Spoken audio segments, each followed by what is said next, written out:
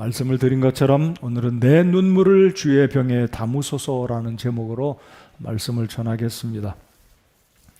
미국의 한 시골 교회에 예배 시간에 한 목사님이 설교를 열심히 하고 있었습니다. 근데 어찌된 영문인지 조는 성도들이 있었고 시계를 들여다보는 성도들도 있었고 성경책을 뒤적거리면서 설교에 집중하지 않는 모습을 보면서 목사님이 생각을 할 때 오늘 설교 내가 죽을 쓰고 있구나 라고 생각을 했습니다.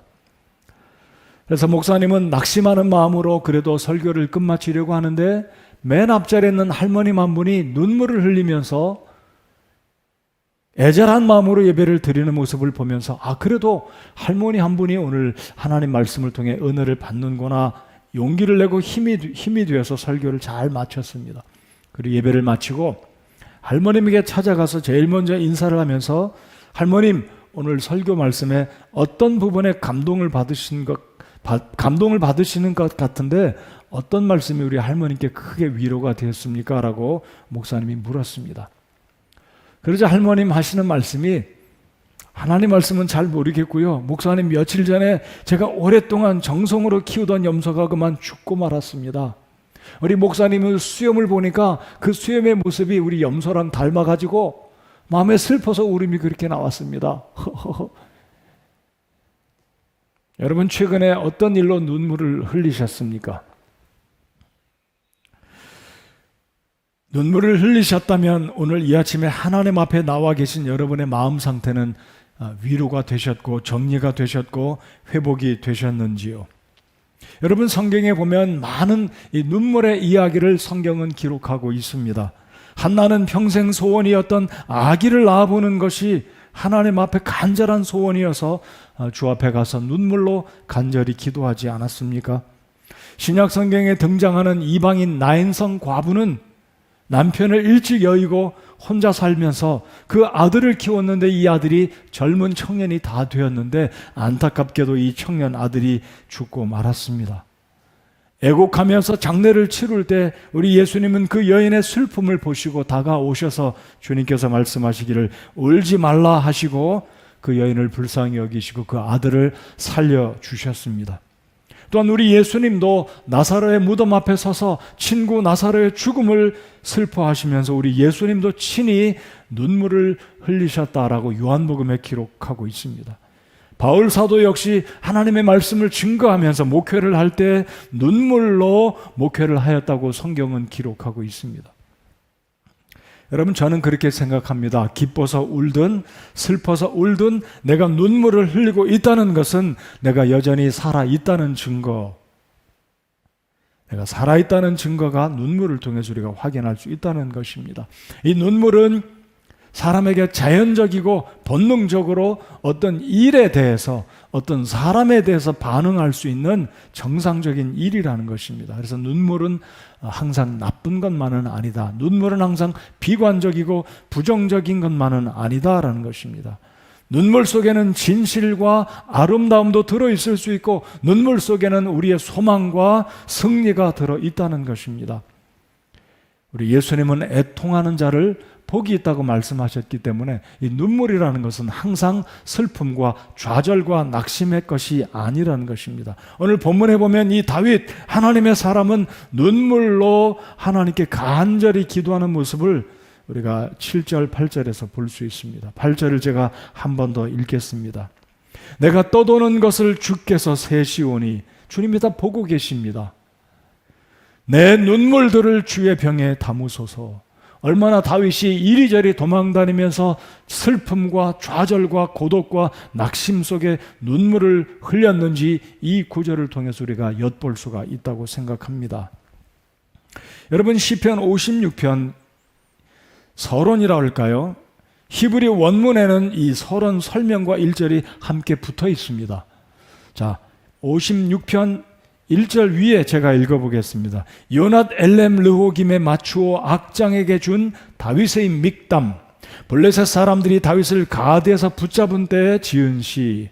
그러니까 히브리어 원문은 설명과 1절을 따로 구분하지 않고 지금 제가 읽은 이 구절의 1절부터 시작이 된다라는 것입니다. 자, 그러면 믹담이라는 것은 무슨 뜻입니까? 이 믹담이라는 것은 격언, 금언, 이런 좋은 의미가 믹담이다라고 그런 의미를 가지고 있습니다. 또 다른 의미로면 황금시, 아주 굉장히 중요한 의미가 담겨있는 시 중의 시가 믹담이다라고 할 수 있겠습니다. 그래서 시편 1편부터 150편까지 보시면 여러분 57편도 믹담이다라고 이야기하고 있습니다. 다윗이 그 아둘람 그 동굴에 숨어 있을 때 지은 시가 또 다른 믹담으로 기록이 되어 있습니다. 자, 그렇다면 이 요낫 엘렘 르호김에 맞추어 악장에게 준 이 의미는 무엇입니까? 이 요나, 비둘기란 뜻이 아니겠습니까? 비둘기, 요낫. 그래서 비둘기란 말인데 요낫 엘렘 르호김에 맞추어 악장에게 주었다. 이 의미는 멀리 있는 상수리 나무에 있는 침묵의 비둘기. 여러분, 비둘기 하면 비둘기 눈이 서글프다고 그러잖아요. 그러니까 이 비둘기를 생각하며 다윗이 자신의 처지를 생각하며 이 시를 지어서 악장에게, 찬양대 지휘자에게 주어서 그 시 구절로 가사로 노래를 불러라라고 다윗이 시를 지어서 준 것이다라는 뜻이죠. 그러니까 이 시는 우리말로 하면 단조의 시에 가까운 구슬픈, 다윗의 상황을 구슬프게 비둘기를 생각하며 자신의 처지를 생각하며 하나님의 도우심을 간절히 바라는 마음으로 다윗이 시를 지었을 것이다. 근데 그 배경이 어떻다고요? 블레셋 사람들이 다윗을 가드에서 붙잡은 때에 지은 시. 그래서 오늘 이 56편은 다윗이 참 기가 막힌 상황 가운데 있을 때 지은 시편이라는 것입니다. 특별히 눈물로 고통 중에 낙심 가운데 있을 때 그의 절박한 상황을 하나님 제발 저를 좀 건져 주십시오라는 간절한 마음으로 이 시편을 썼다는 것입니다. 여러분, 우리는 오늘 예배를 드리는 우리 아이들도 다윗이 골리앗을 물리쳤던 그 놀라운 이야기, 그 이야기를 다 들어보셨을 것입니다.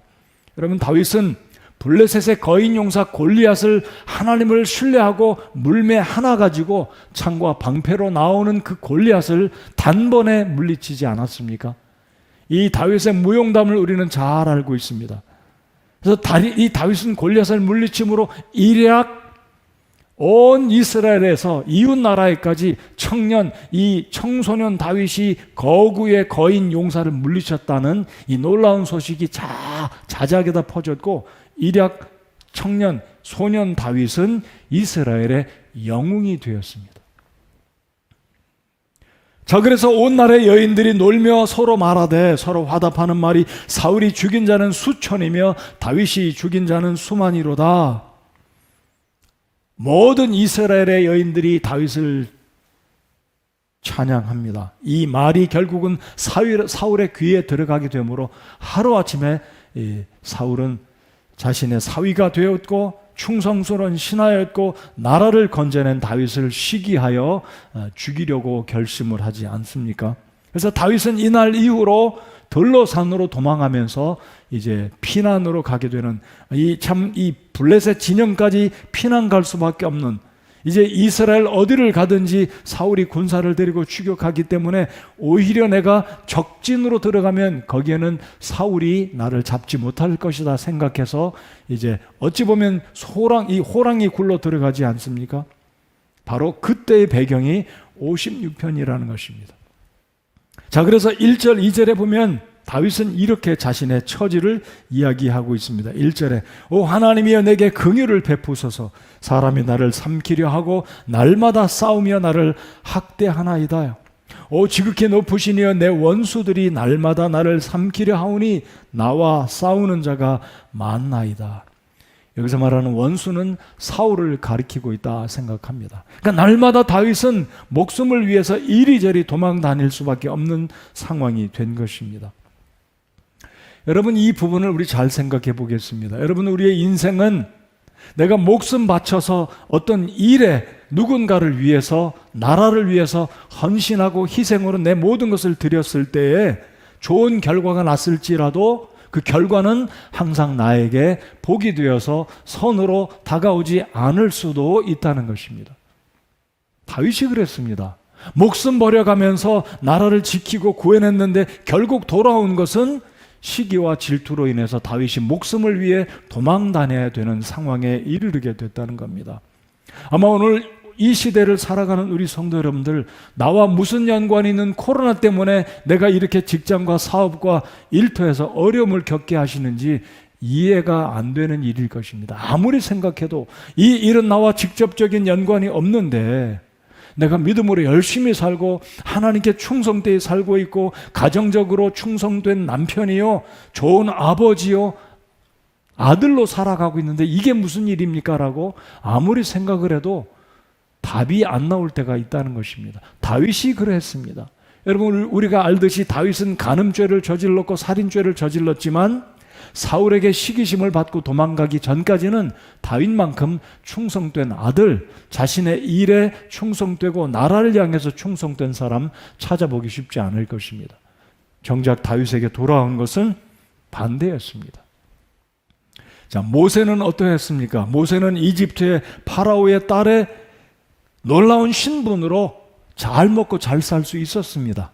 그러나 사도행전이나 히브리서를 보면 이 모세는 40이 되었을 때 자신들의 민족을 생각하고 애굽에서의 이집트에서 모든 부귀영화를 내려놓고 동족들과 함께 고난받기를 기뻐서 광야로 나아갔다 그랬습니다. 그리고 일평생을 죽기까지 하나님의 종으로 민족들을 위해서 중보기도하며 그 목이 곧고 교만하고 완악한 이 백성들을 이끌고 가나안 땅까지 가기까지 얼마나 많은 어려움을 겪었습니까? 그리고 모세가 시편 90편에 인생이 이제 다 죽음을 앞두고 뒤를 돌아보면서 모세가 기록한 인생이란 결국 이것이다라고 말한 구절이 시편 90편 그 유명한 말씀이 아니겠습니까? 제가 다시 한번 여러분 알고 계시지만 읽어보겠습니다. 우리의 모든 날이 주의 진노 중에 지나가며 우리가 이야기를 듣는 것 같이 우리의 햇수를 보내나이다. 우리의 햇수의 날들이 70년이요 강건하면 80년이라도 그 햇수의 위력은 수고와 슬픔뿐이니 그 위력이 곧 끊어짐에 우리가 날아가 버리나이다. 여러분, 모세가 잘못한 게 어디 있습니까? 하나님의 충성된 종으로 백성들 이끌어갔지만 이 모세는 일생을 뒤돌아보면 수고와 슬픔뿐으로 일생을 그렇게 120년을 지내왔다라고 고백을 하고 있습니다. 여러분, 다윗은 10대 후반에 내가 스스로 왕이 돼야 되겠다, 저 사울이 잘못 나라를 이끌어가고 있다 한 번도 생각하고 내가 스스로 왕이 되겠다 꿈도 안 꾼 사람이었습니다. 계획도 하지 않았습니다. 근데 어느 날 갑자기 양떼를 칠 때 집에서 소식이 오기를 아버지가 부르시니까 빨리 와라. 집에 갔더니 사무엘이 너 하나님께서 너를 왕으로 세우시는 기름 부었습니다. 여러분, 다윗이 의도하지도 않았어요. 계획도 안 했습니다. 기대도 안 했습니다. 또 한 번의 경우는 어떻습니까? 여전히 목동으로 양을 잘 치고 있을 때 갑자기 아버지가 또 부르십니다. 야, 막내야, 너 전쟁터에 형님 셋이 살아있는지 잘 둘러보고 이거 지금 그 형들에게 갖다 챙겨줘라. 치즈와 버터와 음식을 챙겨서 막내 아들에게 형님들 잘 있는지 가서 전쟁터에 보냅니다. 전쟁터에 가봤더니 골리앗이 날마다 나와가지고 이스라엘 백성들을 챌린지합니다. 형들은 무서워서 지금 이스라엘 온 군사들과 사울 또한 무서워서 아무도 골리앗을 나가 대면할 사람이 없는 거예요. 이 믿음의 다윗은 하나님을 신뢰하면서 내가 나가서 저 블레셋 하나님을 무시하는 저 사람을 내가 무찌르겠다 해서 골리앗을 무찌르지 않습니까? 자신 스스로 왕이 되려는 생각도 하지 않았었습니다. 골리앗을 내가 나가서 물리쳐갖고 이 나라의 영웅이 돼야 되겠다 이런 마음도 갖지 않았습니다. 다윗은 그냥 하나님께서 시키는 대로, 아버지가 시키는 대로 충성스럽게 순종한 그것이 죄라면 죄였습니다. 자, 이런 상황에 다윗은 결국은 얼마간 광야에 내몰려서 도망을 다녔습니까? 장장 13년입니다. 여러분, 13년의 세월 동안 다윗은 그 좋은 청소년기, 청년의 시기 다 지나갔어요. 여러분, 성경에 보십시오. 다윗이 제대로 한번 결혼식을 치렀는지, 제대로 한번 신혼식을 편안하게 즐겁게 신혼의 단꿈을 누려보았는지 없습니다. 그냥 30세 왕이 되기 전까지 그 소년 시절부터 그 젊은이가 부모님 밑에서 잘 자라야 되는데, 친구들과 즐겁게 보내야 되는데, 젊은 시절 결혼해서 가정을 잘 이루고 행복하게 살아야 되는데 도망자가 되어서 쫓김 받고 여기저기 도망가면서 얼마나 외로웠겠습니까? 그래서 다윗은 이리저리 도망다니면서 서러워서 울고, 억울해서 울고, 추워서 울고, 배고파서 울고, 기가 막힌 자신의 상황을 생각하면 아무리 생각해도 하나님이 하시는 일이 이해가 안 갑니다. 내가 언제 왕이 되고 싶어서 왕 되려고 머리 뒤밀었나요? 아니었습니다. 그러니까 하나님이 시키는 대로 너 왕 되라. 그러니까 사울은 이런 모든 정황을 살펴봤을 때 이놈을 가만두면 안 되겠다 싶어서 다윗을 죽이려고, 결국은 군사들을 풀어서 다윗을 죽이려고 할 때 다윗은 얼마나 자신의 그 삶이 기가 막혔겠습니까? 8절을 다시 한번 보시겠습니다. 내가 떠도는 것을 주께서 세시오니. 하나님이 카운트하고 계신 겁니다.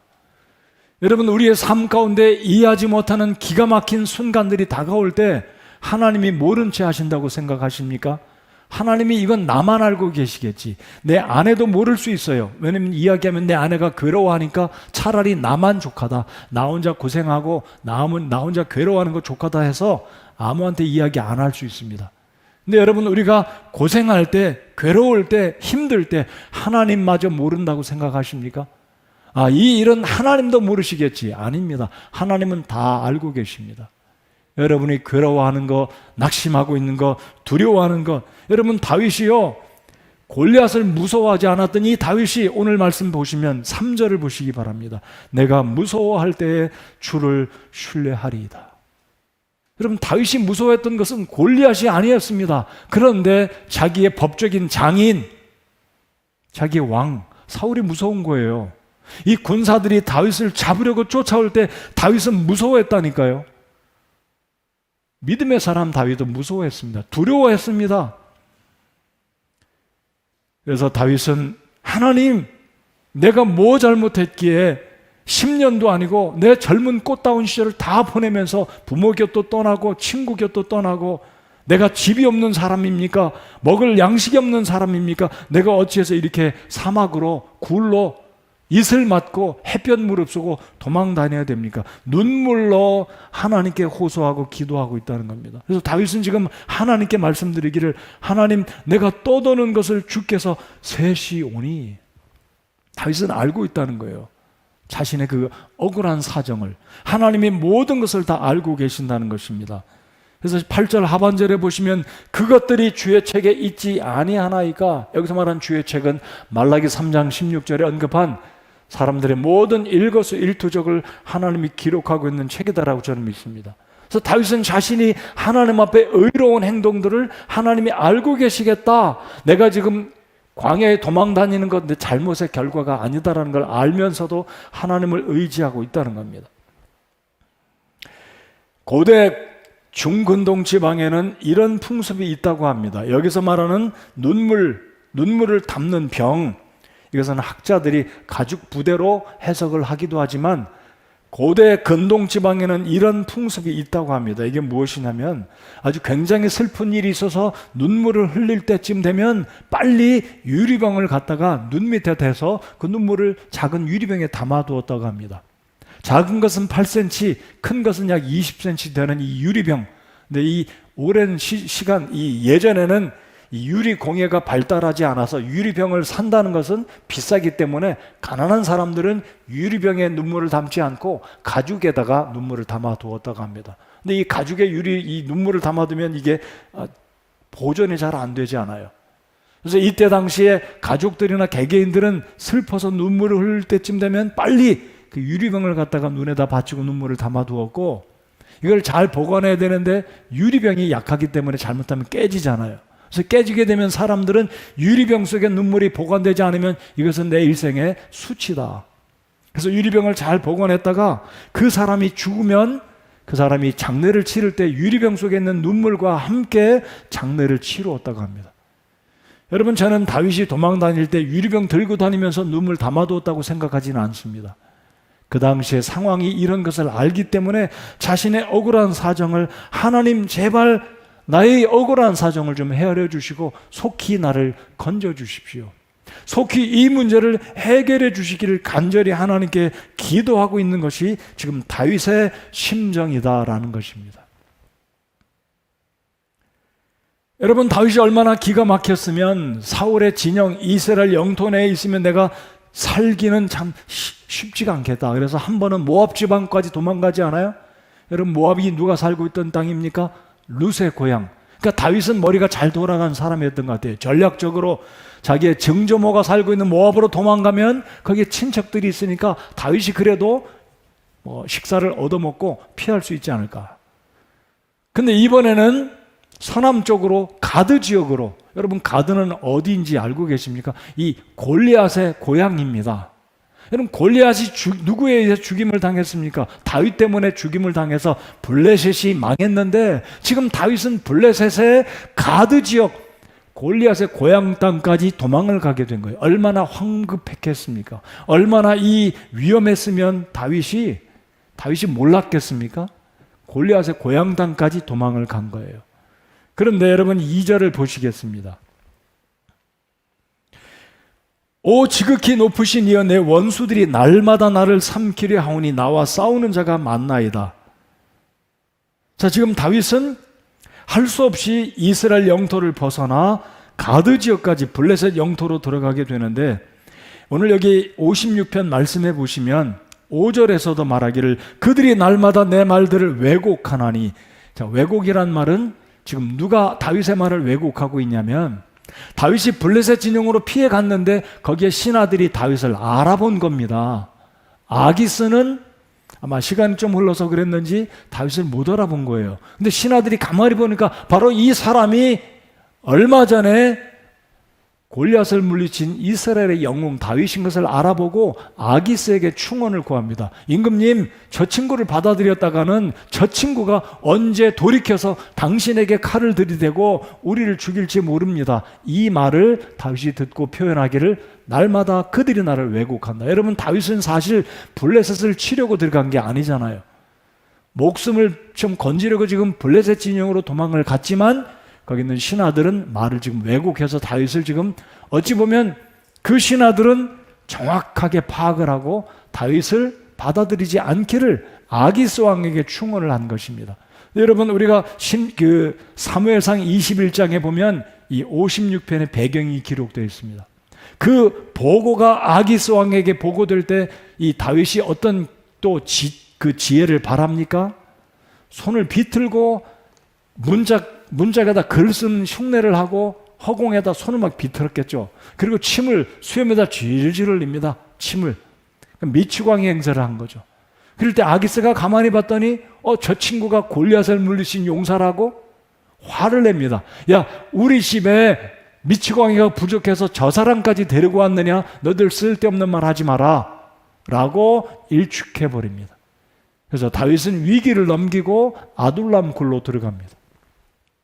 그리고 오늘 읽었던 이 57편이 아둘람 굴로 피해 갔을 때 쓴 믹담이다라고 이야기하고 있습니다. 그러니까 다윗은 또 한 번 이 블레셋 이 적지에서 가드 지역에서 목숨을 건지고 이 블레셋 진영에서 얼마를 보냈는지 모르지만 이렇게 기치를 발해서 다윗은 목숨을 건지게 됩니다.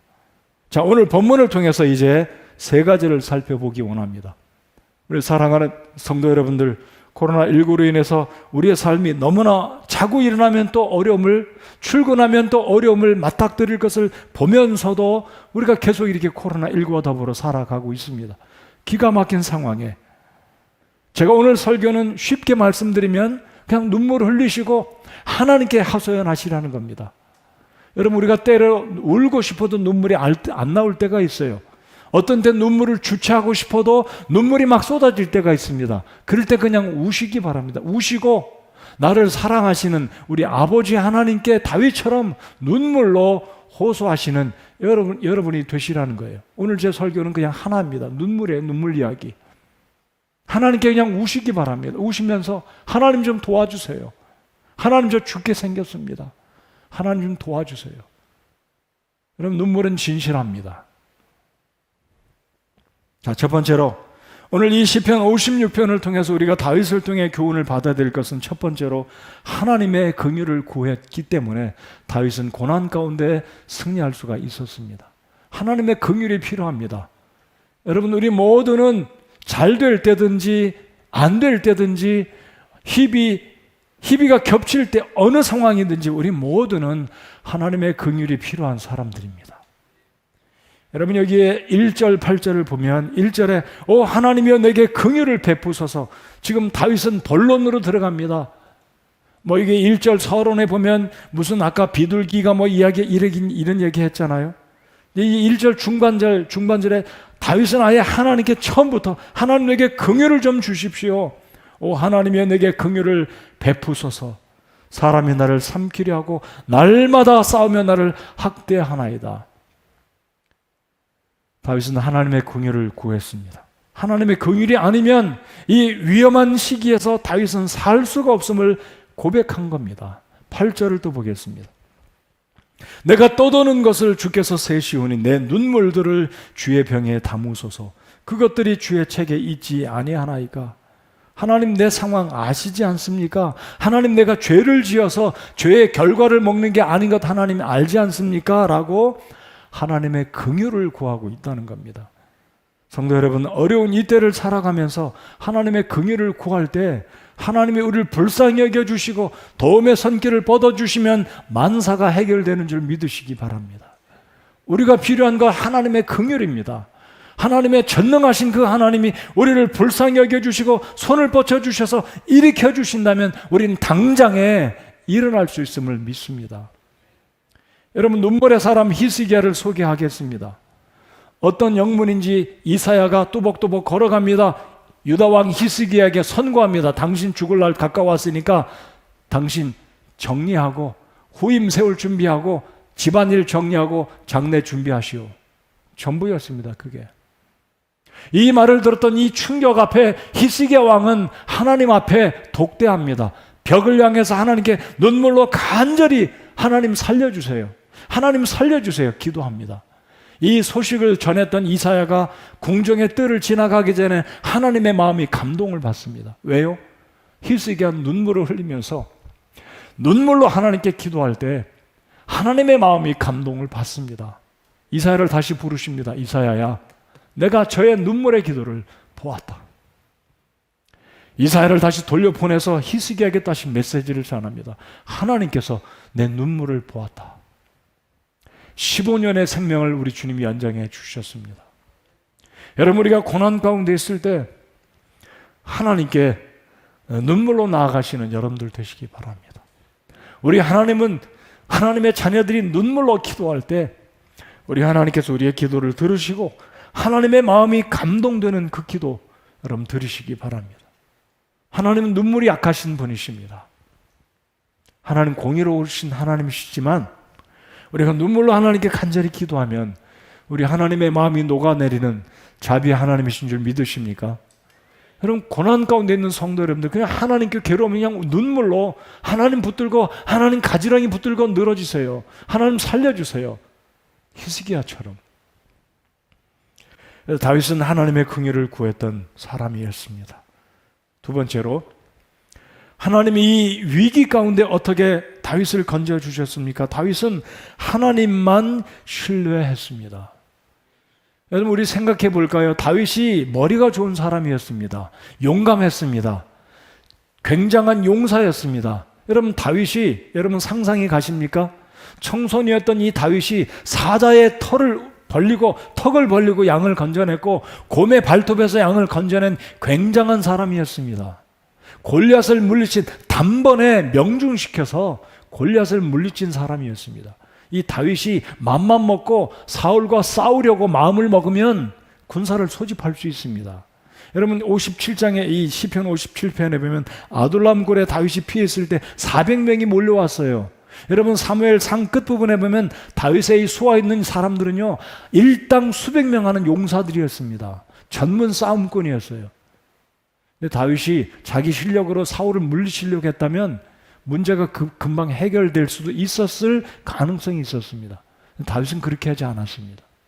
다윗은 하나님만 신뢰했습니다. 인간적인 방법과 수단으로 자신의 문제를 해결한 것이 아니라 철저하게 하나님을 신뢰했습니다. 3절 다 같이 읽겠습니다. 시작. 내가 무서워할 때 주를 신뢰하리이다. 여러분, 사업이 어려울 때 정말 두려우실 거예요. 내 사업이 망했다. 계산이 되잖아요. 수입 계산이 되잖아요. 지출이 얼마고 세를 낼 게 얼마고 한 달에 들어오는 수입이 얼마고 계산이 되잖아요. 얼마를 버틸지 계산이 되잖아요. 다윗은 계산하지 않았습니다. 무서워할 때 주님을 신뢰했습니다. 끝까지. 1년이 걸려도 5년이 걸려도 10년이 걸려도 하나님이 나를 기름 부으셨고 왕으로 인정하셨고 하나님께서 나를 골리앗을 물리치게 하셨다면 하나님께서 내 앞에 원수들 또한 물리쳐 주실 것을 자기 방법대로 자기 노력을 하지 않고 하나님께 맡겼습니다. 물론 가드 지역으로 도망가서 미친 채 한 것은 그가 무력으로 인간적인 방법이라고 말할 수 있을지 모르겠지만 다윗은 마음속에 하나님을 신뢰하면서 모든 문제, 생사의 문제를 하나님께 전폭적으로 맡겼다는 것입니다. 4절에 보시면 하나님 안에서 내가 그분의 말씀을 찬양하리라. 내가 하나님을 신뢰하였은즉. 여러분, 다윗은 56편에서 하나님을 신뢰하는 이야기를 3번 이야기하고 있습니다. 11절 내가 하나님을 신뢰하였은즉 사람이 내게 할 수 있는 것을 내가 무서워하지 아니하리로다. 인간적으로 생각하면, 환경적으로 생각하면 두려웠습니다. 잠이 안 왔습니다. 한편으로 생각하면 화가 났습니다. 주먹이 울끈 져지고 내가 그냥 쫓아가서 어떻게 한번 해볼까 그런 생각도 들었지만 다 내려놓고 무서울 때, 두려울 때 다윗은 하나님의 약속의 말씀을 붙들고 하나님을 신뢰하였습니다. 하나님을 신뢰할 때 11절 하반절의 결과가 무엇입니까? 내가 무서워하지 아니하리로다. 사랑하는 성도 여러분들, 어려운 고난 가운데 하나님이 나를 보고 계시고 나와 함께 하시고 나를 건져주실 것이라는 것을 끝까지 신뢰하시기 바랍니다. 그래서 다윗이 하나님을 신뢰할 때에 하나님을 찬양할 수 있었습니다. 4절 바로 그것이 아니에요? 하나님 안에서 내가 그분의 말씀을 찬양하리라. 하나님 안에 있다는 게 무슨 뜻입니까? 하나님이 나를 기름 부어 세운 왕이라면 내가 왕으로 등극할 때까지 하나님은 나를 연단시키실 것이고 일정한 과정을 지나면 하나님이 나를 왕으로 세우실 것이고 하나님께서 나를 종으로 쓰실 것이다 확신하고 있었습니다. 그래서 그 약속의 말씀을 의지했을 때 다윗은 찬양할 수가 있었습니다. 다윗이 하나님을 신뢰하게 되었을 때 두려워하지 않게 되었습니다. 두려움을 극복하게 됐습니다. 우리 성도 여러분들, 출근해서 일하실 때마다 여전히 사업의 어려움은 여전히 바뀌지 않습니다. 코로나19는 여전히 물러갈 줄 모르고 기약이 없습니다. 그러나 우리 하나님의 신실하심을 신뢰하시면 우리 마음속에 두려움과 걱정과 근심을 주님께 맡겨두고 평안함 가운데 우리 할 일을 다하면서 주님의 약속의 때 하나님 나를 일으켜 주실 때를 기대할 수 있고 기다릴 수 있다고 저는 확신합니다. 그래서 다윗은 그 두려움 가운데 있었지만 하나님의 긍휼을 구했을 뿐만 아니라 모든 것을 자신의 생명 또한 하나님께 맡기고 하나님의 말씀을 신뢰하였습니다. 세 번째로 다윗은 좀 더 적극적으로 하나님께 기도를 드리는데 어떤 기도를 드렸냐면요, 서원 기도를 드렸습니다. 여러분, 서원 기도는 특별한 기도가 아니겠습니까? 조건적으로 하나님께 기도를 드린다라고 생각할 수 있을지 모르겠지만 하나님께 서원 기도를 드립니다. 12절 제가 읽겠습니다. 오 하나님이여, 주께 드리는 서원들이 내게 있사온즉 내가 주께 찬양을 돌리리니. 지금 다윗은 서원 기도의 내용이 어떤지는 저희들 모릅니다. 왜냐하면 56편에 다윗이 어떤 서원의 내용으로 하나님께 기도를 드렸는지 저희들 알지 못합니다. 제 생각엔 이러지 않았을까 생각합니다. 하나님, 제가 원해서 왕이 된 것도 아니고 제가 계획한 것도 아니고 하나님이 시작해서 저를 왕으로 기름 부으셨으니 하나님의 뜻이 이루어지려면 제가 살아야 되지 않겠습니까? 하나님 저를 살려주시고 이 고난의 때를 지나가게 해주시면 이스라엘 백성들을 잘 이끌어가는 하나님의 종으로 제가 왕으로 일평생 충성되이 주님을 섬기겠습니다. 하나님 저를 이 고난의 때를 저를 지나가게 해주시고 건져주시옵소서라고 그렇게 서원 기도를 드리지 않았을까? 자, 이 서원 기도의 결과가 어떻게 되었습니까? 자, 다윗은 서원 기도를 드리면서 확신했습니다. 8절에 내 눈물을 하나님이 보고 계셨다. 내 고난, 내가 지금 유리방황하고 도망다니는 것을 하나님이 보고 계시고 이미 카운트하셨다. 셋이었다. 주께서 셋이오니라고 하지 않습니까? 그리고 12절 보시면 오 하나님이여 주께 드리는 서원들이 내게 있사온즉 내가 주께 찬양을 돌리리니, 기도를 드리면서 다윗은 확신하고 있었습니다. 하나님은 내 서원 기도를 듣고 계시고 응답하실 것이다. 그리고 13절 함께 저들 읽겠습니다. 13절 주께서 내 혼을 사망에서 건지셨나이다.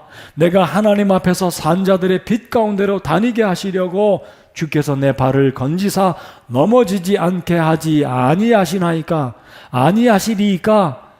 의문형으로 끝마치지만 건지셨다, 건지실 것이다 확신하고 있는 다윗의 확신으로 시편 56편이 끝마치고 있습니다.